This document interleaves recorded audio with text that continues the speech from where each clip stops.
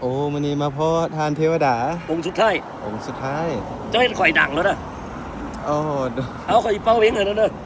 อันเขาขอถามคำถามนั้นเทวดาก็ได้ปะได้ถามมาเลยอันถามลิ้นซื่อๆเนาะเจ้ากรรมนายเวรแม่นคนในบ้านบ่เจ้ากรรมนายเวรวะโดยเจ้ากรรมนายเวรก็เป็นตัวของเขานี่แหละถ้าเอาทำบุญหลายกับพวกนี้เจ้ากรรมนายเวรพระจ้องเอาก็เสียพรนะตัดกรรมเจ้ากรรมนายเวรนะข้าพระเจ้าขอตั้งใจจิตอธิษฐานประทานพรแด่เจ้าจงเกิดใจบุญสุขสีขอบุญเจ้าทำได้สร้างในศาสตร์นี้จงช่วยเจ้ารอดพ้นจากเจ้ากรรมนายเวรและเทวันโปรดพระคุณเจ้าสัตตาเจ้าเสื่อมลาภขอให้เจ้าชีวิตสิ้นบานสารสุขขอเจ้าสิ้นความทุกข์มีคนอุ้มชูอุปถัมภ์ขอเจ้ากรรมนายเวรและเทวันโปรดรับบุญเจ้าสัตตาเจ้าสุขลาภเจ้าเห็นข่อยซาดนี่มีแต่โซ่ไข่ลังไหลเข้ามาเทมาเอาข่อยสิเผยตัวบนนะว่าข่อยเป็นไผโดยนี่คือรูปปั้นเทวดาเป่าคุยที่ข่อยลงจากสวงสวรรค์กับซาดลงมาเกิดจุติในโลกของมนุษย์ข่อยเป็นเทวดาองค์เดียวองค์สุดท้ายที่ข่อยยังมีชีวิตอยู่หากเจ้าได้ลองได้สัมผัสหลับตาที่ยินเสียงเทวดาเป่าคุยเจ้าสิหูว่าเจ้าอยู่แดนสุขาวดีเหมือนอยู่สวรรค์เจ็บสั้นฟ้าดาวดีวันนี้ปลาหินมะพร้าวเนี่ยปลาแก้วมรกตต้นคูนต้นนี้เลยเนาะเอาข่อยสิเป่าเพลงเนี่ยเจ้าอัดเด้อเฮ็ดให้ดังแล้วเด้ออ๋อโดย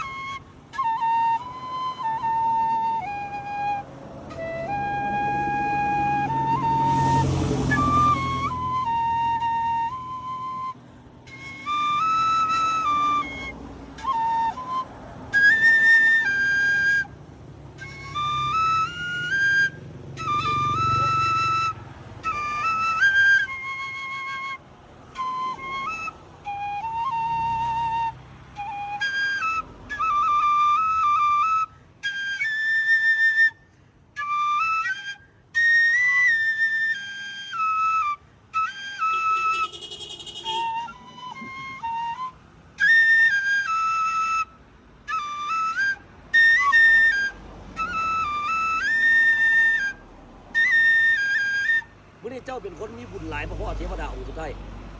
ยูเฟสก็เห็นอยู่ป่ะเห็นดังฮอดอยู่ข่าวไทยมื่อนี้เนี่ยโดยถ้าสมมติใครจะมาพบทานเทวดานี่ต้องมาพบอยู่สายบ้านอยู่บ้านป่าวะอยู่ป้ายหินมะพร้าวต้นค่ำต้นขุนแก้วมรกตอ๋ออยู่แคมทางนี่เลยเนาะแคมทางอยู่ท่าภาคแคมของโดยFC อะไรจงบทติดตามเด้อผู้ใดจะเห็นเทวดามารถหลายๆนี่ป้าแก้วศักดิ์สิทธิ์ผู้ใดเห็นข่อยแล้วจะเป็นบุญตาทุกมื้อเลยบ่ทุกมื้อก็ได้ข่อยประจำอยู่นี่ล่ะ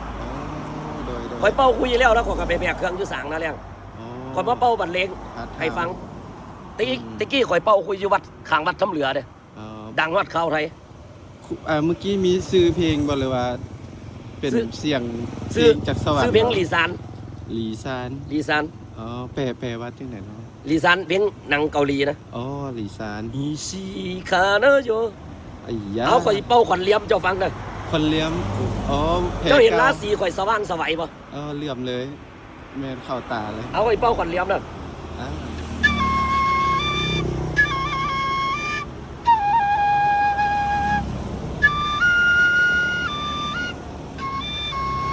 มาเที่ยวสิงควันบ่เจ้าโดยพอดีเห็นมันเลื่อมๆกันเลยจอดเลย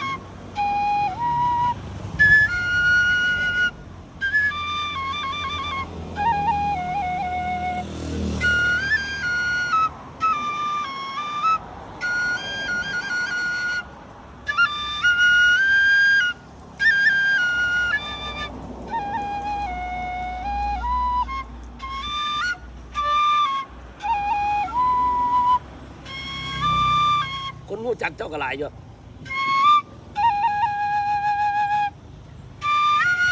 น้ำเดือขวดก็เคยบอกเลขกับเจ้าถือหลายงวดอยู่เลยแมนอันมื้อนี้ลองบอกเลยว่ามีเลขเด็ดๆแบบเป้าลิ้นๆก็ได้700นะ700นะ700แล้วก็2060เลขขี้เข็บโอ้เลขขี้เข็บจัดเลยเนาะ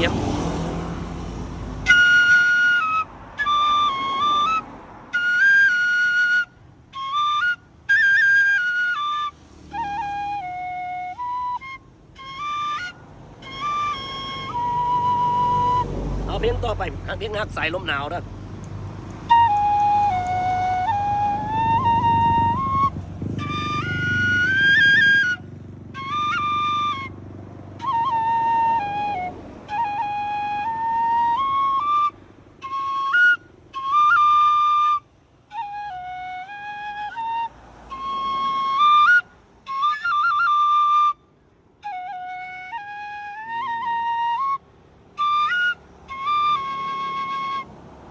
วันก็เจ้าไปวัน